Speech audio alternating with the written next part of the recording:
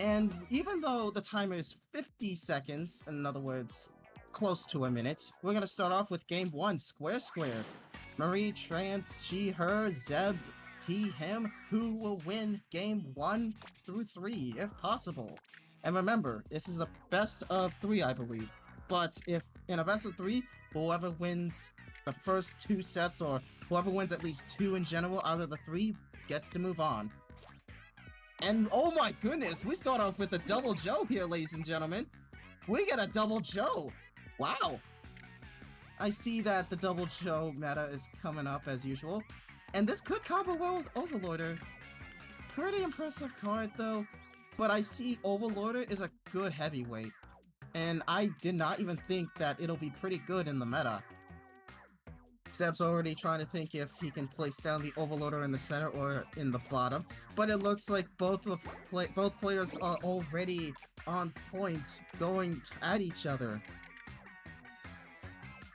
Zeb's gonna have to play that Crack-On, as usual, but it looks like he can play the Crack-On not much anywhere else.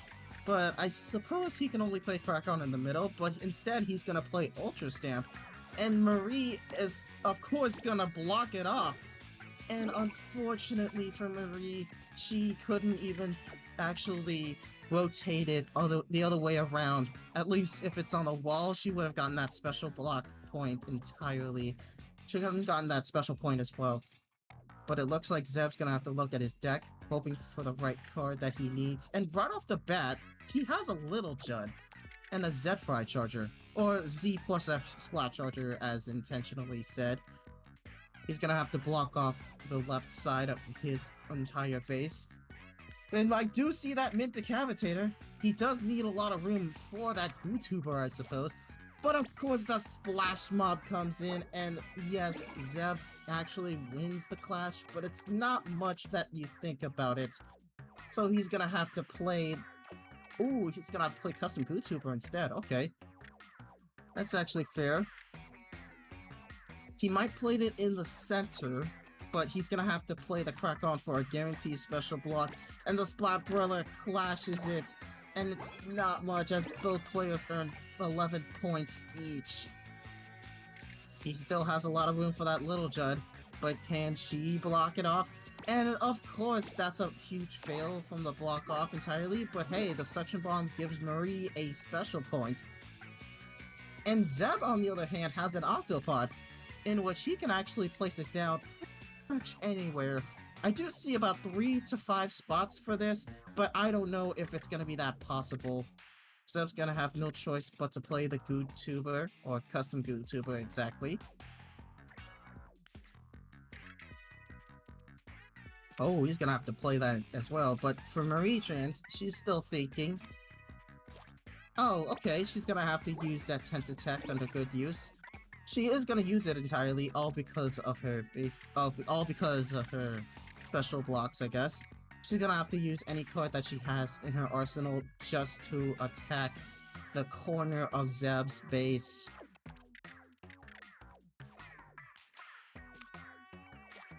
Oh, and there goes that Steelhead and the Octopod as well. Steelhead's pretty good on this one, and it seems like Zeb's gonna have to play the Gelfonzo. Oh, he could have just swapped it around. Like, if he had a Gelonzo card, he would have gotten himself, like, 2 special blocks entirely. Now we're in endgame. Zeb already has a lot of special points, and he could get up to 6 if possible, and he gets 6.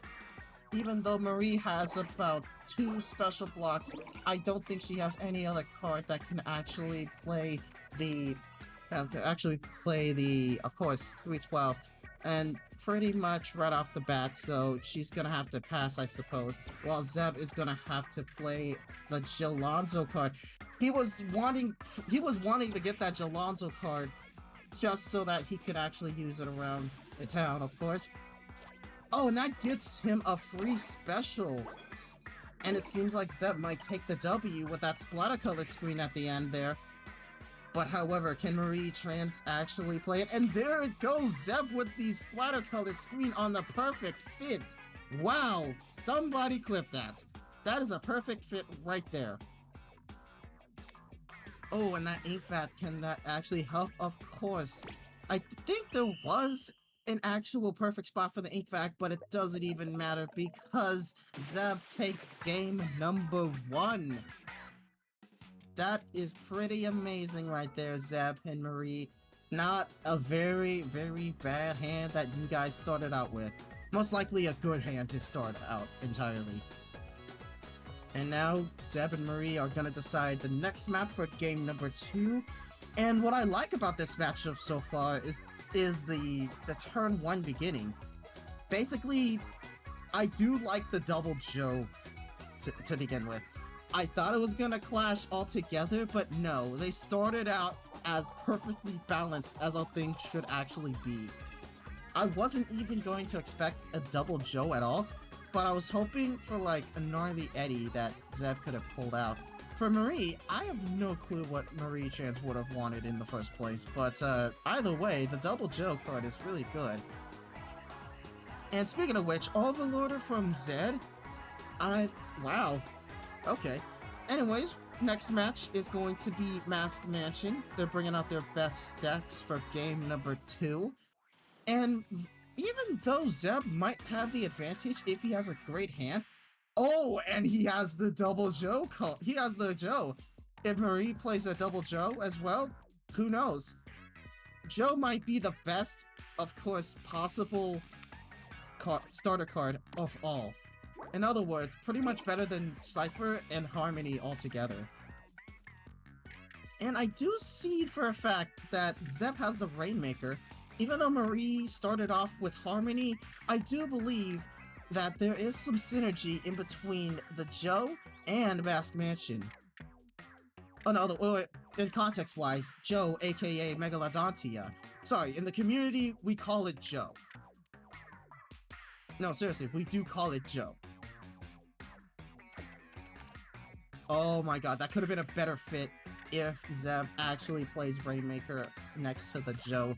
But that unfortunately loses the clash, but that doesn't matter because they both got 10 points. Zeb is already in the points lead. He's already in points lead as usual. And I do see a spot for that Steel Eel, all thanks to the Joe card. But I believe Zeb could actually use Steel Eel over there instead. I don't think Zeb could actually play Steel Eel somewhere else instead, but of course, that actually wins him the clash though. And that spot, that one spot right there, that could definitely make him win the base aggro overall. Or in other words, it could definitely land him a free attacking spot. Seems like he has room for the Ink Vac and Tacticooler. Not a good time to get those two specials, but whatever. Let's see if Zeb has what it takes though. Oh my goodness! She has gone through her base, gone through Zeb's base. And it looks like it though, to be honest. Oh my goodness, that sounds like trouble for Zeb. What will Zeb do in this dire need? What will Zeb do now? He does have a lot of room for aggroing Marie's base combo. And that gets him a free special if he plays the Tri-Slosher right then and there. But however, whatever card he has up on his own plate, I have no clue if it's going to be that possible. He's going to play the Splat Charger, and of course Marie's going to get that free special block with the Rapid Blaster. They both have one special block each. I do see the Crack-On and Mudmouth, and in this situation, I think he wanted to go for the Mudmouth entirely, but he could play Tri-Slosher instead, and if he has at least 5 special blocks, he could definitely overtake Marie's base combo. And it seems like there's the clash. Seems like Marie has been clashed out, and Zeb has no choice but to pass this next turn, unless Marie actually passes this next turn, which I doubt. I don't think that'll happen, but of course the Mudmouth comes in, and that puts Marie in the lead. And there's the Toxic Mist though. Zeb has 3 special blocks. I have no clue what's gonna happen just yet next. but I do know for a fact that that he's gonna clash with the predict. That is a good prediction with the Toxic Mist and Heavy Splatling. No clue on what's gonna happen next because Marie is gonna be bricked out. Oh wait, it's Zeb instead gonna get bricked because Marie has the Section Bomb. That's enough for a double 312 or a solo 312 if you want to call it that way. That's enough for a 312, of course. That custom E-Leader 4K might not do much, but I don't know if that's gonna help out entirely. He could pass after playing the custom E-Leader for that one special block.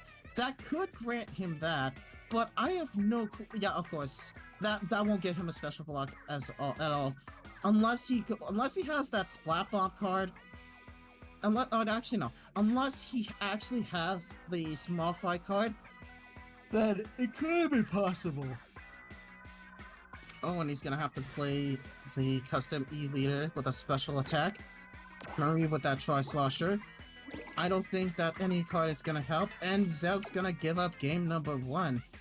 Giving MarieTrans game number 2.